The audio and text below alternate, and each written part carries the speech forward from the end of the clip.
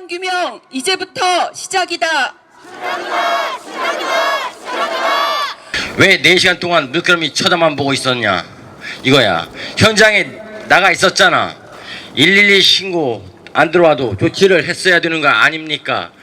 이 말은 윤석열 대통령이 참사 이후인 11월 7일 국가안전시스템 점검회의를 주재하며 행정안전부와 경찰들을 앉혀놓고 한 말입니다. 이 말을 할 때는 공정과 상식이 통하는 대한민국이었습니다. 그런데 이러한 정부의 태도는 돌변했습니다. 현장 실무자의 책임일 뿐 책임지겠다는 기관은 하나도 없습니다. 2022년 10월 29일 용산에서 이태원에서 중대한 실수가 있었기 때문에 국민들이 알면 나라가 뒤집힐 뭔가가 있었기 때문이 아닐까 합니다. 왜 2022년에는 경찰이 없었는지, 모든 주요 기관들과 지방자치단체가 바라만 보고 있었는지 그 원인과 잘못을 밝혀야 합니다.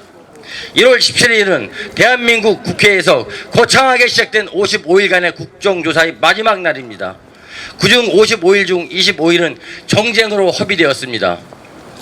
우리 유가족들은 국정조사가 겨우 시작될 때 이제는 진실규명과 그동안 숨겨왔던 모든 의혹들이 밝혀지고 국민들이 공감하는 진상규명을 통한 책임자 처벌을 할 수 있는 순간이 올 것이라는 큰 기대감에 서로 부둥켜 안고 한순간 슬픔이 아닌 기쁨의 눈물을 흘렸습니다. 그러나 국정조사는 처음부터 반쪽짜리였습니다. 여당이 참여하면서도 진실규명과는 거리가 먼 현상으로 변화했습니다.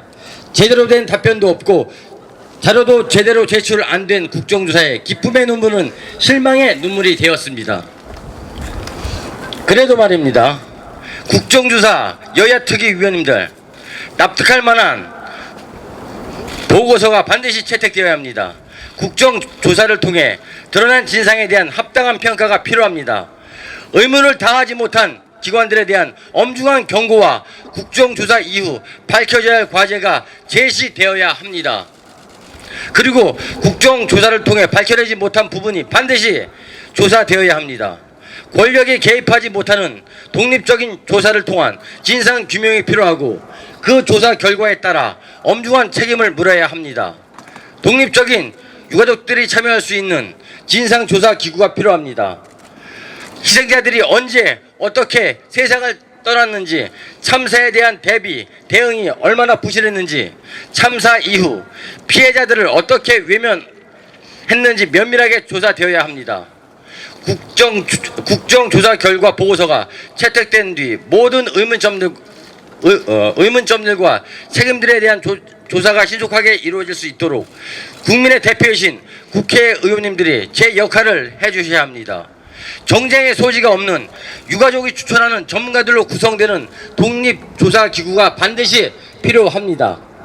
지난 수요일 군중 유체화로 159명이 희생되었다는 특수본의 수사 결과가 발표되었습니다.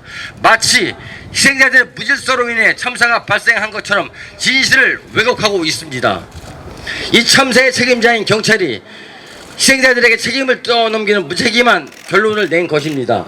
군중 유체화가 발생하도록 방치한 자들, 많은 인파로 안전사고가 발생할 수 있다는 위험에 대비하지 않은 자들, 피해를 확대한 자들 모두 그 의무를 다하지 않아 발생한 대형 참사입니다. 그것도 모자라 희생자들을 마약 사범으로 몰고 가려 했던 경찰과 검찰도 있었습니다. 마땅히 책임져야 할 경찰과 검찰이 이 사건의 원인과 책임자를 규명하고 있다는 건 도둑이 재판관이 되어 판결하는 꼴이라고밖에 생각이 안 됩니다. 국무총리실, 행정안전부, 법무부 등 수많은 국가기관들을 성역 없이 그리고 독립적으로 조사되어야 합니다. 부디 국회에서 적극적인 협조를 부탁드리겠습니다.